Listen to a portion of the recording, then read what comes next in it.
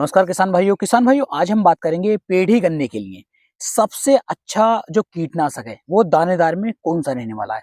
साथ ही साथ दानेदार में हमें कौन कौन से खादों का चयन करना है जिससे कि जो पेढ़ी गन्ना है ये अच्छी तरीके से कल्ले बना सके, अच्छी टिल्लिंग मिल सके, गन्ने के अंदर कोई भी कीटों का अटैक ना पाए और बहुत अच्छी पैदावार हमें देखने को मिल सके।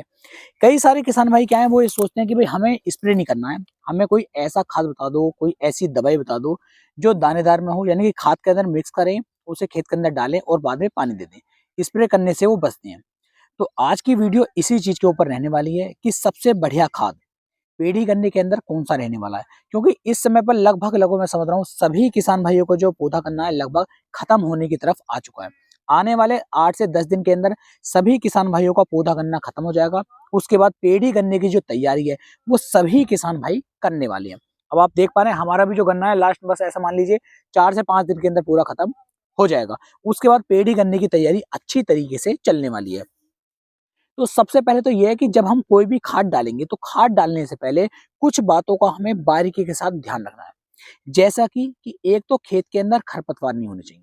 भाई खेत के अंदर यदि खरपतवार है, घास पैदा हो रही है, घास जमी हुई है और आप कोई भी खाद खेत के अंदर डाल रहे हैं तो उस खाद का 50 से 60% हिस्सा तो ऐसा मान लीजिए हमारे गन्ने को मिल जाता है, जबकि जो अगला 30 से 40% हिस्सा होता है वो हिस्सा किसान भाइयों जो खरपतवार होते हैं, जो घास होती है जमी हुई, वो ये ग्रहण कर लेती हैं। यानी कि पूरा खाद हमारे पौधे को नहीं मिल पाता। ऐसा मान लीजिए 10 किलो खाद आपने खेत के अंदर डाला तो उसमें से 2 किलोग्राम खाद तो हो जाता है हमारा बेकार। बचा 8 किलो में से लगभग 4 से 5 किलोग्राम मिलेगा हमारे गन्ने को और 2 से 3 किलोग्राम ले जाएगी ये घास या खरपतवार। तो इससे जो हमारा उत्पादन है उस पर काफी असर पड़ता है।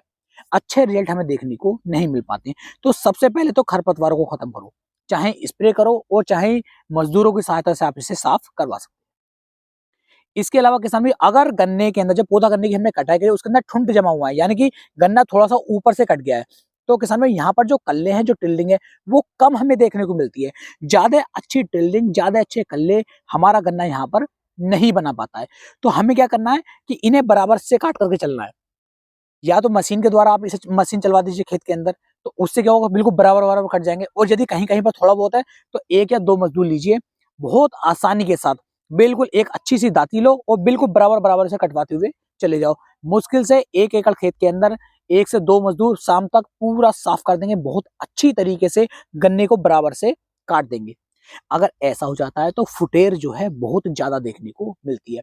क्या होता है जैसे ठुंड थोड़ा सा बड़ा कट गया तो इस ठुंड के अंदर फंगस लगने के चांस हैं वो बहुत ज्यादा बढ़ जाते हैं। अगर गन्ना बराबर से कटा हुआ है तो वहां पर फंगस थोड़ी सी कम लगती है, लेकिन ठुंड होता है, थोड़ा सा गन्ना बड़ा कटा हुआ होता है, वहां पर फंगस बहुत जल्दी लग जाती है, वहां पर रोग भी जल्दी लग जाते हैं। तो कोशिश करनी इन दोनों कामों को आपको जरूर करना है, अच्छी पैदावार यदि आप चाहते हैं तब। अब क्या है, अब बात करते हैं कौन कौन से खाद हम डाल सकते हैं। तो देखिए खाद के लिए सबसे बेहतर तरीके से एक तो 45 किलोग्राम यूरिया हमें लेना है। 1 एकड़ खेत की डोज बता रहा हूँ, 45 किलोग्राम से ज्यादा यूरिया लेने की जरूरत नहीं है। ज्यादा यूरिया डालते हैं तो ज्यादा रोग लगते हैं, ज्यादा फंगस लगती है, ज्यादा कीटों का अटैक होता है। तो ज्यादा कुछ भी नहीं करना है, नॉर्मली एक हल्की डोज आप हमें देनी है। आप डोज जो है थोड़ा सा जल्दी दे दीजिए, कोई नुकसान नहीं है, लेकिन ओवरडोज ना दें। ओवरडोज देने से हमें जो है नुकसान देखने को मिल जाता है।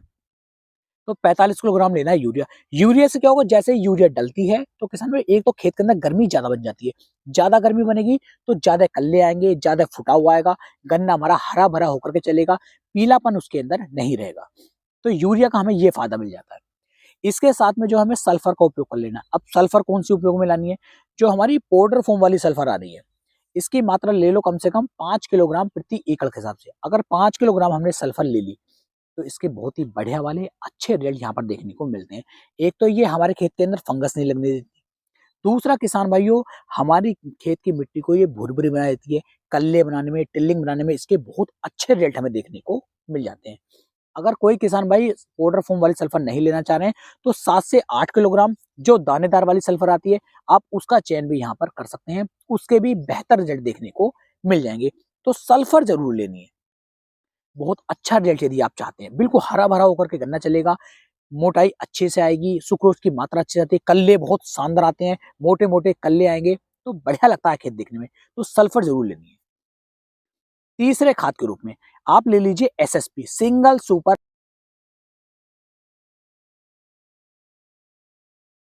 फास्फेट। सिंगल सुपर फास्फेट कम से कम आपको 50 से लेके 80 किलोग्राम प्रति एकड़ के हिसाब से ले लेनी है। जब हम इसे लेते हैं, एसएसपी को लेते हैं, तो इसके अंदर फास्फोरस है। अब फास्फोरस होने की वजह से किसान भाइयों हमारी जो जड़ें होती हैं ये और अच्छी तरीके से काम करना शुरू कर देती हैं। तो लगभग 50 से 70 किलोग्राम 80 किलोग्राम आप जो है एसएसपी ले लीजिए। एसएसपी नहीं ले रहे हैं आप डीएपी भी ले सकते हैं, डीएपी नहीं ले रहे हैं आप एनपीके भी ले सकते हैं, कोई सा भी आप ले लीजिए, लेकिन लेना जरूर है। अब जब हम इन्हें अपने खेत के अंदर डालते हैं तो हमारे खेत की जुताई होनी बहुत जरूरी है। अगर जुताई नहीं होती है तो ये खाद ऊपर पड़े रहते हैं, बेकार रहते हैं। इनका जो रिजल्ट है वो बहुत लंबे समय में देखने को मिलता है। ये तीनों ऐसे खाद हैं कि ये मिट्टी के अंदर मिलने, मिट्टी के अंदर दबने बहुत ज्यादा जरूरी है, तभी इनका जो रिजल्ट है वो बहुत अच्छा वाला हमें देखने को मिल पाता है। तो इनमें से कोई भी एक खाद आपको ले लेना। अब बात आती है कीटनाशक की कि इस टाइम पर कीटनाशक दानेदार हम कौन सा ले सकते हैं। तो देखो इस समय पर कीटनाशक तो बहुत सारे हैं मार्केट में, लेकिन नॉर्मली जो हमारी फसल को 30 दिन, 40 दिन, 45 दिन तक बचा करके चलेगा वो है कार्टेफ हाइड्रोक्लोराइड। किसी भी अच्छी कंपनी के कार्टेफ आप ले लीजिए, 5 से लेके 6 किलोग्राम प्रति एकड़ के हिसाब से। इन्हीं खादों के अंदर मिक्स कीजिए, पूरे खेत के अंदर बिखराव करवाइए, जुताई करवा दीजिए और बाद में अपने गन्ने की सिंचाई आप कर दीजिए। अगर हम इस तरीके से चलते हैं तो ना कीटों का अटैक होगा, ना फंगस का अटैक होगा, फुटेर अच्छी से आएगी, कल्ले शानदार बनेंगे, हरा भरा खेत रहेगा। और मात्र किसान भाइयों 1 महीने के बाद आप देखेंगे कि गन्ना लाजवाब तरीके से पूरे खेत के अंदर लहला रहा है। बहुत अच्छी पैदावार किसान भाइयों आने वाले टाइम में आपका गन्ना आपको निकाल करके देगा। तो इन सब खादों को आपको चयन करना है। उम्मीद है मेरी ये जानकारी, मेरी ये वीडियो आपको बेहद पसंद आई होगी। वीडियो पसंद आई हो, वीडियो को लाइक करें, कमेंट करें, शेयर करें। तो फिर मिलेंगे एक नई वीडियो में, तब तक के लिए मेरे सभी प्यारे किसान भाइयों को जय हिंद, जय भारत, जय किसान, वंदे मातरम।